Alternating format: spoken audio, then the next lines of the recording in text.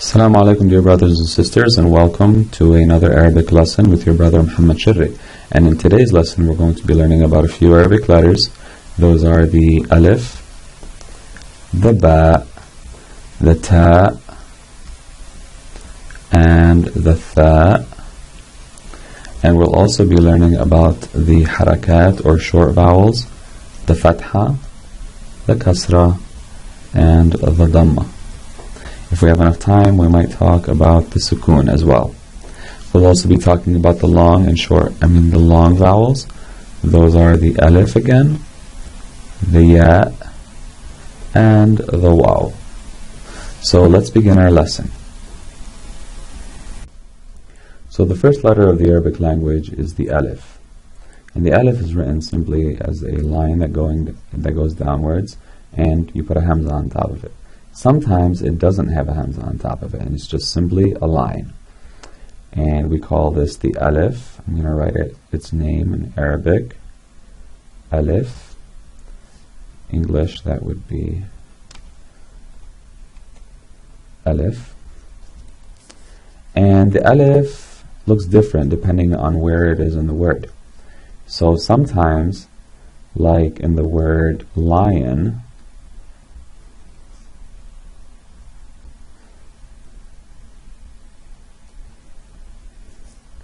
the alif is in the beginning of the word, and we write it like this.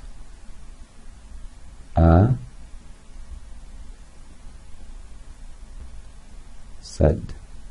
Asad. That's what it looks like in the beginning of a word. Another way that the alif can be written is if it's in the middle of a word, as in the word mouse. The word mouse in Arabic is simply fa'ir. Fa'ir. So let's write that. Begin with a fa, and then we add an alif,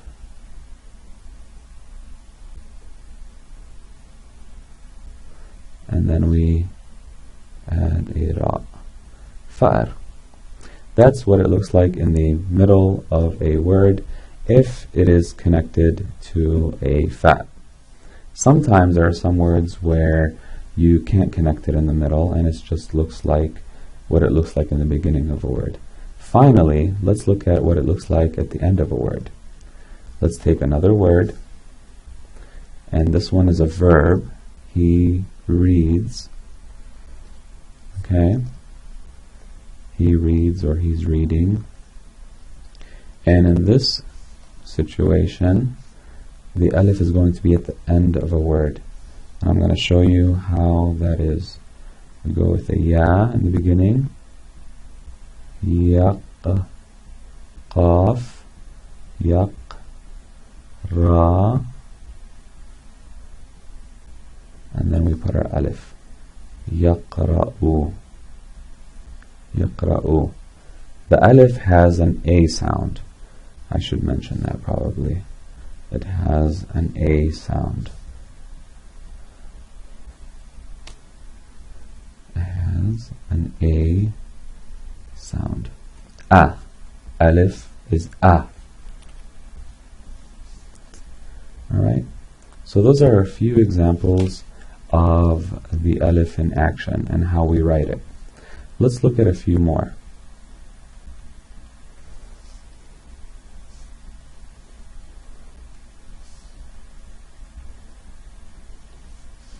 Let's say father. In Arabic, that is ab. Ab. There's the alif in the beginning of a word, and we spelled out father, or a father. A father. A father. And similarly, if we want to say mother, we'd go with an alif again in the beginning of a word, and the word is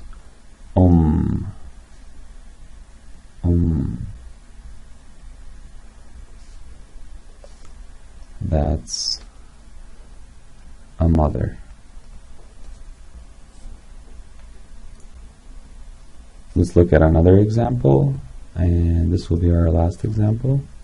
We'll look at the word Allah. Allah. Notice that this alif in this situation doesn't have a hamza. It doesn't always have a hamza. Allah.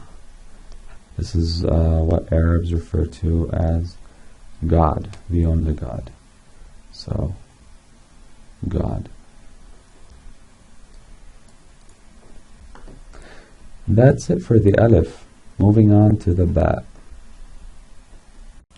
So the next letter we're going to study is the ba, the second letter of the Arabic alphabet, and it's written in the following way. And this makes a ba sound, ba. So it's kind of like a B sound, a B sound. And the ba takes different forms, different shapes in writing, depending on where it is in the word. In the beginning of a word, it's going to look like this. Example. And this example will be door, door. And to say door in Arabic, or to write door in Arabic, we write bab, bab. So we start out with the ba,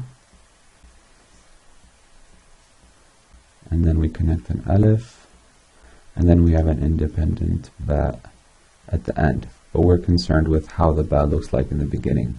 And if you notice, the ba in the beginning looks like this. And it always looks like that. If it ever begins in the beginning, that's how we write it. And let's look at what it looks like in the middle.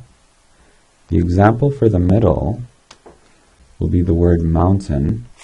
In Arabic, a mountain is called a jabal. Jabal. So jabal begins with a jim. We'll study the jim later, and then we connect a bat to it. Notice how the bat is written in the middle. And then finally, we'll add a lam at the end.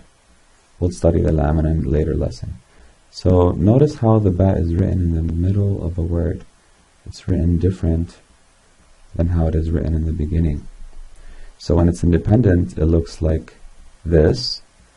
In the beginning, it looks like that. And in the middle, it looks like that. Let's look at what it looks like in the end of a word. And the example we'll use for that is grapes.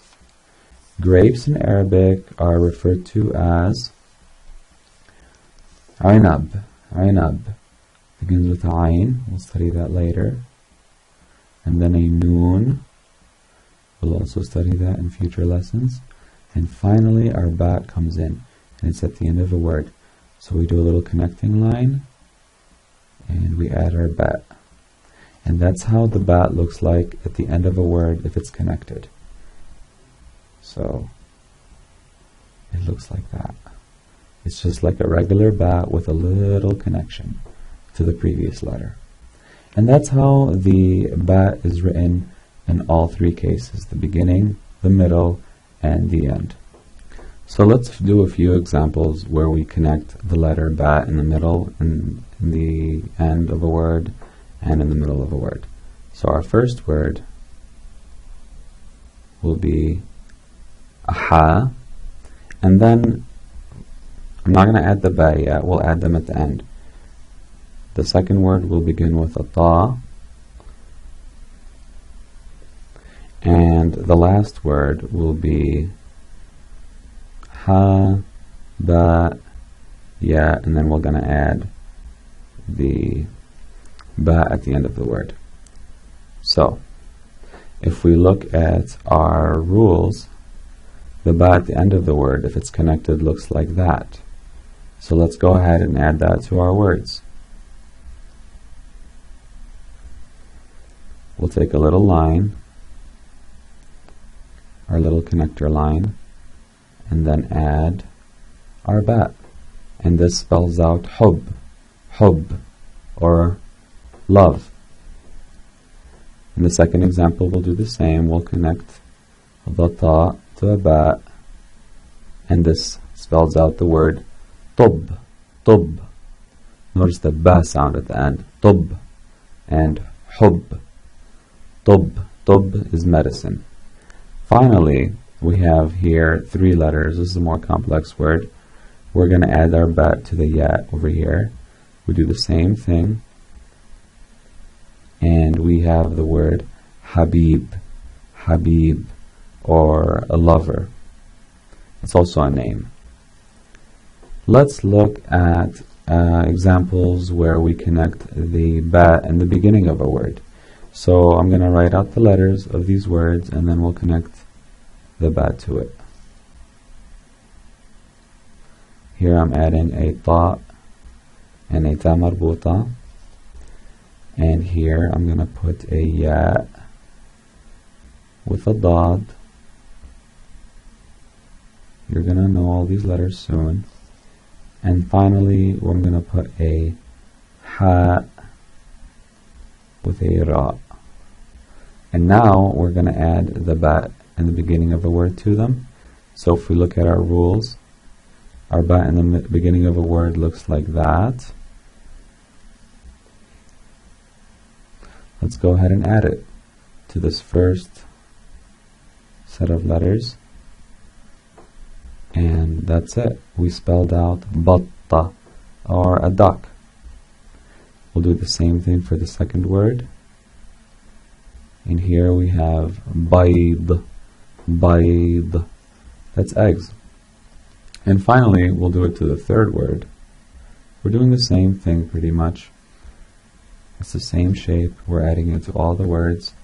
And in the third case, we did bahar, bahar, or ocean, or sea, more like sea. Finally, let's look at the ba in the middle of a word. And here's an example. I'm not going to add the ba until later. I'm going to put an ayn and a dal. I'm going to put the ba in there. I'm also going to add another example here with a ayn. I'm going to leave a blank for the ba. I'm going to add a ya, and then I'm going to add a ra. And in our last example, I'm going to use a kaf, and then I'm going to put an alif connected in the middle of a word, and I'm going to put an independent ba at the end. Later on, we'll learn that the alif can't connect this way. It can only connect to previous letters, not the letters after it. That is a different lesson. So let's go ahead and focus on this lesson, and that is, let's put the ba in the middle of a word. If we review our rules, the ba in the middle of a word looks like that. So let's go ahead and add it. And here we added it, and of course we don't want to forget our dot or nuqta at the end. And we do the same thing here. We add our ba, and we'll do the same thing here. We add our ba, making sure we don't forget to add our dot. Single dot on the bottom. The way I like to remember it is ba has a nuqta or a dot on the bottom. A single dot. And that's it. That's how we write the ba at the end of a word, at the beginning of a word, and in the middle of a word. In some rare cases, the ba at the end of a word is written like this, and we will talk about those in a future lesson. So let's move on.